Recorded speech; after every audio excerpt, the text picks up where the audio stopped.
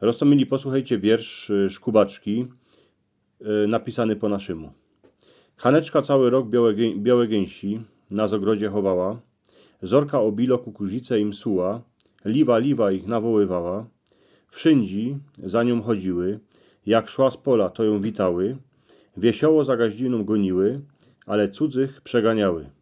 Przeszło lato, gąski ostatni zielone trofki pozjadały, wieczory, co rozrychli ich do chlewa zaganiały, szumne pierzi już mają, tuż gaździno ich musi futrować, bo będzie cerę na wiosnę za siedloka wydować.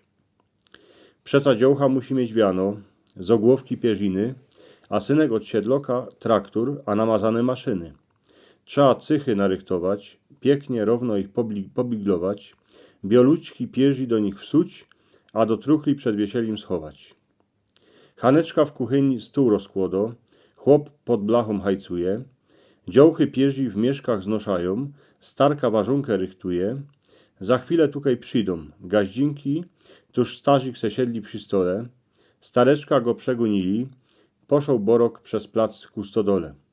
Ale tam trefił dobrze, bo gazda do sztampelli gorzołkę nalewał, a Józef Kokot zaś się z siedlokiem Jopepą oba bucie zbywał, jednako po 5. sztampellu się jakosik tak urządzili, że babucia na pół rozpołowili, a w wędzoku uwędzili. W kuchyni baby szkubają, Haneczka kołoczym ważunką częstuje, dziwo się jako zmiechów pierzo ubywo, esi się co nie marnuje, coś idycki pod stół spadnie, ale najważniejsze je to szkubani, wyrządzani ze stareczką, a jej starych czasów wspominani.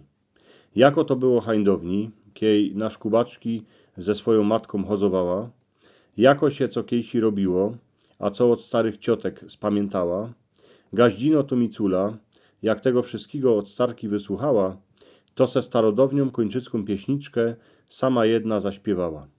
Pieśniczka była tak szumno, że chnet wszystkie gaździnki se ją zaśpiewały. Z mieszków pierzi się straciło, baby ważonkę ze sztamperli pospijały. Na koniec gaździno wszystkim gaździnkom pięknie podziękowała, każdej do kapsy jeszcze po kąsku buchty, a kołocza dała. Za tydzień szkubaczki bydą u Zofije, baby zaś przyjdą, a siedną w kupie, bydą śpiewać pieśniczki, srandy, a radości będzie po całutki chałupie.